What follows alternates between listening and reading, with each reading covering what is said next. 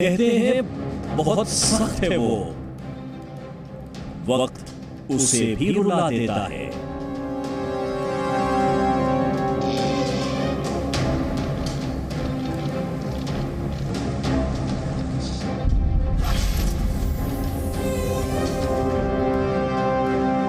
देखिए, देश आज आपका पर गर्व कर रहा है। बिल्कुल निराश नहीं होना है। और कितने दशकों के बाद जो इंसान खेल के मैदान में हार पर हताश बेटियों को लड़ने की हिम्मत देता है, मेहनत से हो रही है। जो उनके आंसुओं को अंगारे में बदलने की ताकत देता है, सबके सामने रोता क्यों है? जो इंसान मिशन चंद्रयान 2 की असफलता पर रोने वाले वैज्ञानिक इसरो चीफ के सिवन इस स्मार्टफोन के युग में भी ये फोटो स्टूडियो बना के साल में 30 लाख कमा रहे हैं। आपको भी ये कमाना है, उनसे सीखना है तो फ्रीडम ऐप को अभी डाउनलोड कीजिए। उनके कंधे पर हाथ रखकर हौसला बढ़ाता है, वो अपने भावों को बहने से रोक क्यों नहीं पाता?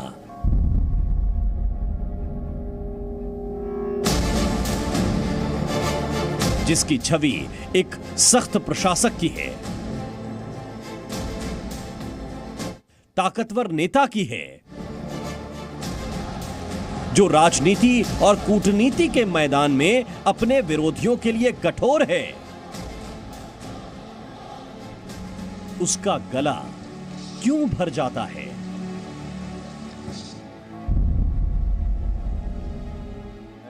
मोदी साहब को समझता था बड़ा क्रूड आदमी है, शादी नहीं की है, बच्चे नहीं है, बीवी है, तो इसको कोई परवाह नहीं होगा।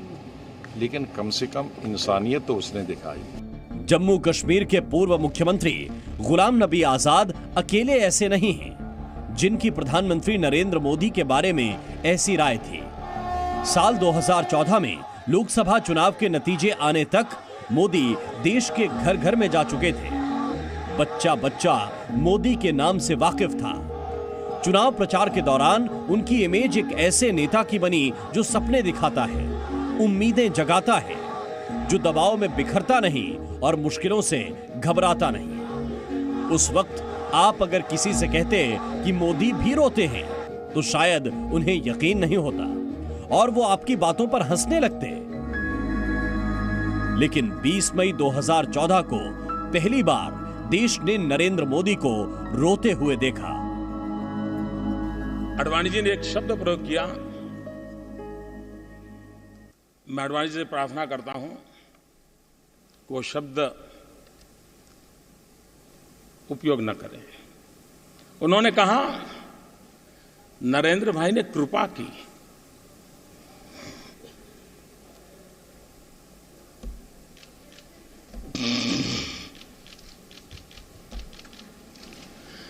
क्या मां की सेवा कभी कृपा हो सकती है?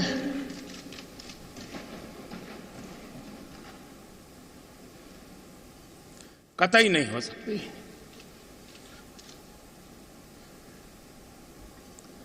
जैसे भारत मेरी मां है,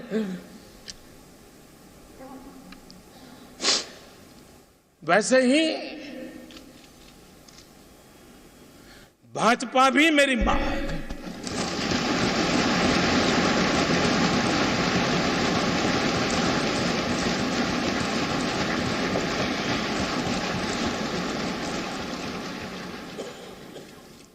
और इसलिए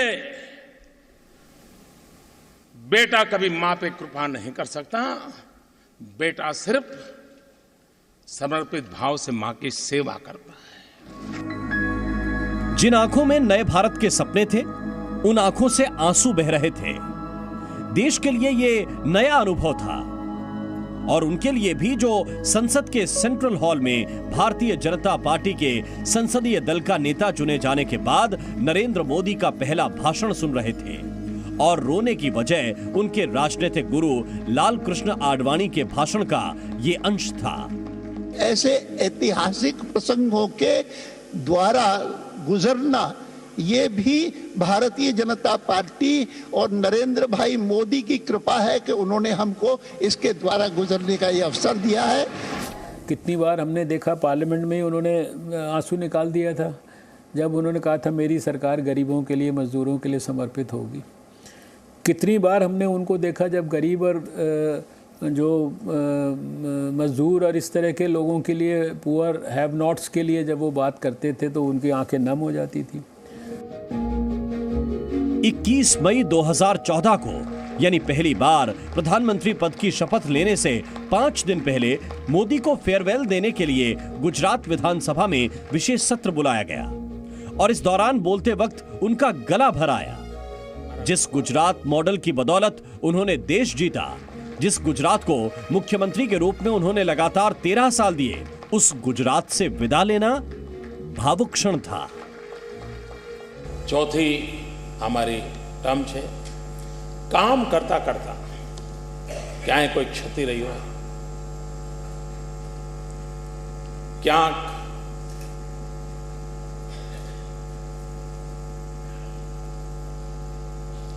મારા વ્યવહારમાં દોષ રહ્યો,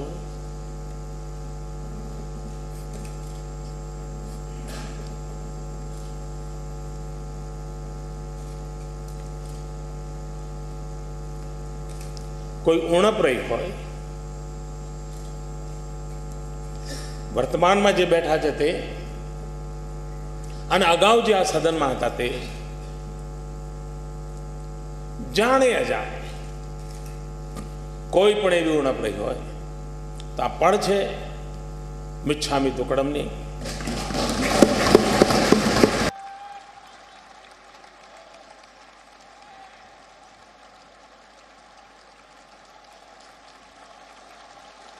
छब्बीस मई 2014 को नरेंद्र मोदी ने प्रधानमंत्री पद की शपथ ली। मैं नरेंद्र दामोदर दास मोदी ईश्वर की शपथ लेता हूं।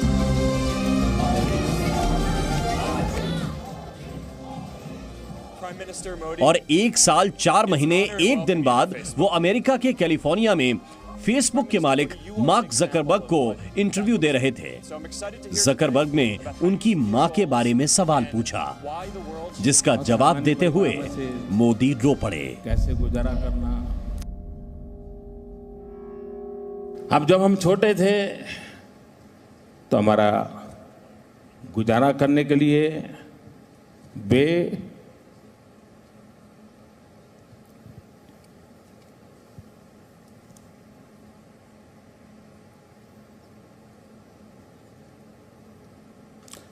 अड़ोस पड़ोस के घरों में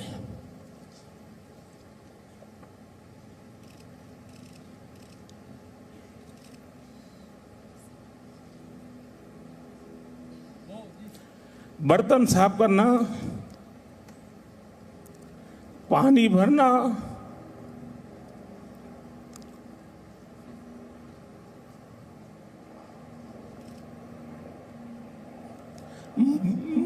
मजदूरी करना,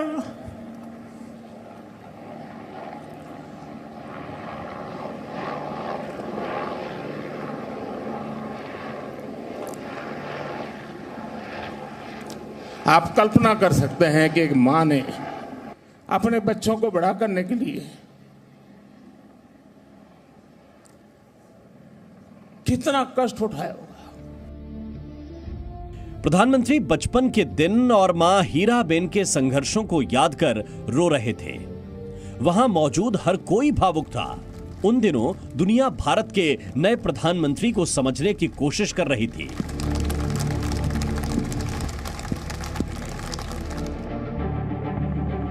एक धड़ा नरेंद्र मोदी को विकास पुरुष के तौर पर स्थापित करने में जुटा था और दूसरा धड़ा उन्हें दुनिया में मुस्लिम विरोधी चेहरा साबित करने पर तुला था।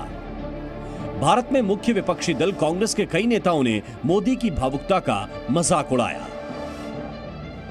इस घटना के 4 महीने बाद देश की राजनीति में विपक्ष को एक बड़ा मौका मिला। मौका प्रधानमंत्री नरेंद्र मोदी को घेरने का।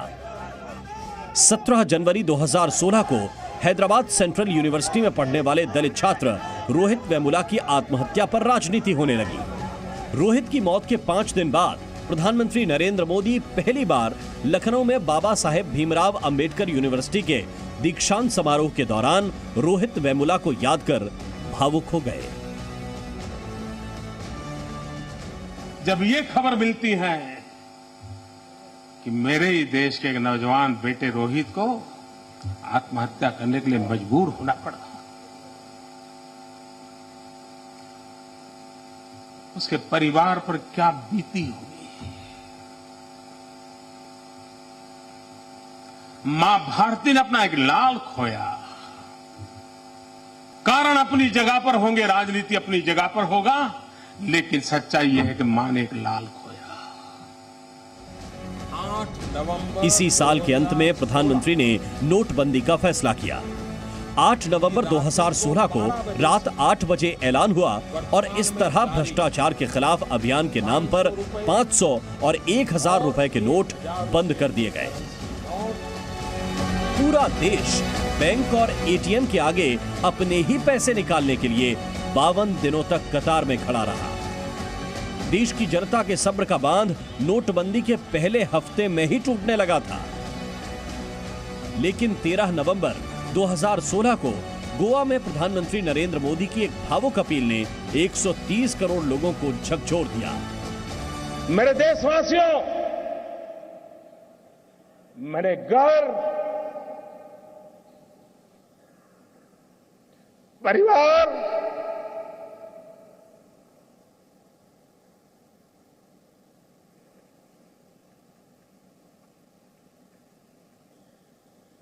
सब कुछ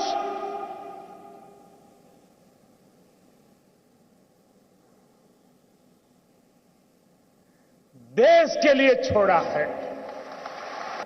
अगर 30 दिसंबर के बाद कोई मेरी कमी रह जाए, कोई मेरी गलती निकल जाए, कोई मेरा गलत इरादा निकल जाए, आप जिस चौराहे में मुझे खड़ा करेंगे, मैं खड़ा होकर के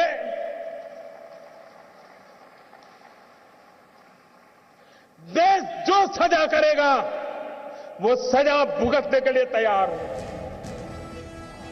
साल 2019 के लोकसभा चुनाव में 2014 से भी बड़ी जीत हासिल करने के बाद नरेंद्र मोदी दूसरी बार प्रधानमंत्री बने। मैं नरेंद्र दामोदर दास मोदी ईश्वर की शपथ लेता हूं। उनकी जन कल्याणकारी योजनाएं जनता का विश्वास जीत रही थीं। इसी दौरान गंभीर बीमारी से जूझ रही दीपा शाह की बात सुनकर मोदी भावुक हो गए। मोदी जी, मैंने ईश्वर को तो नहीं देखा, लेकिन मैंने आपको ईश्वर के रूप में देखा है। आपको बहुत बहुत धन्यवाद। इस स्मार्टफोन के युग में भी ये फोटो स्टूडियो बना के साल में 30 लाख कमा रहे हैं। आपको भी ये कमाना है, उनसे सीखना है, तो फ्रीडम ऐप को अभी डाउनलोड कीजिए।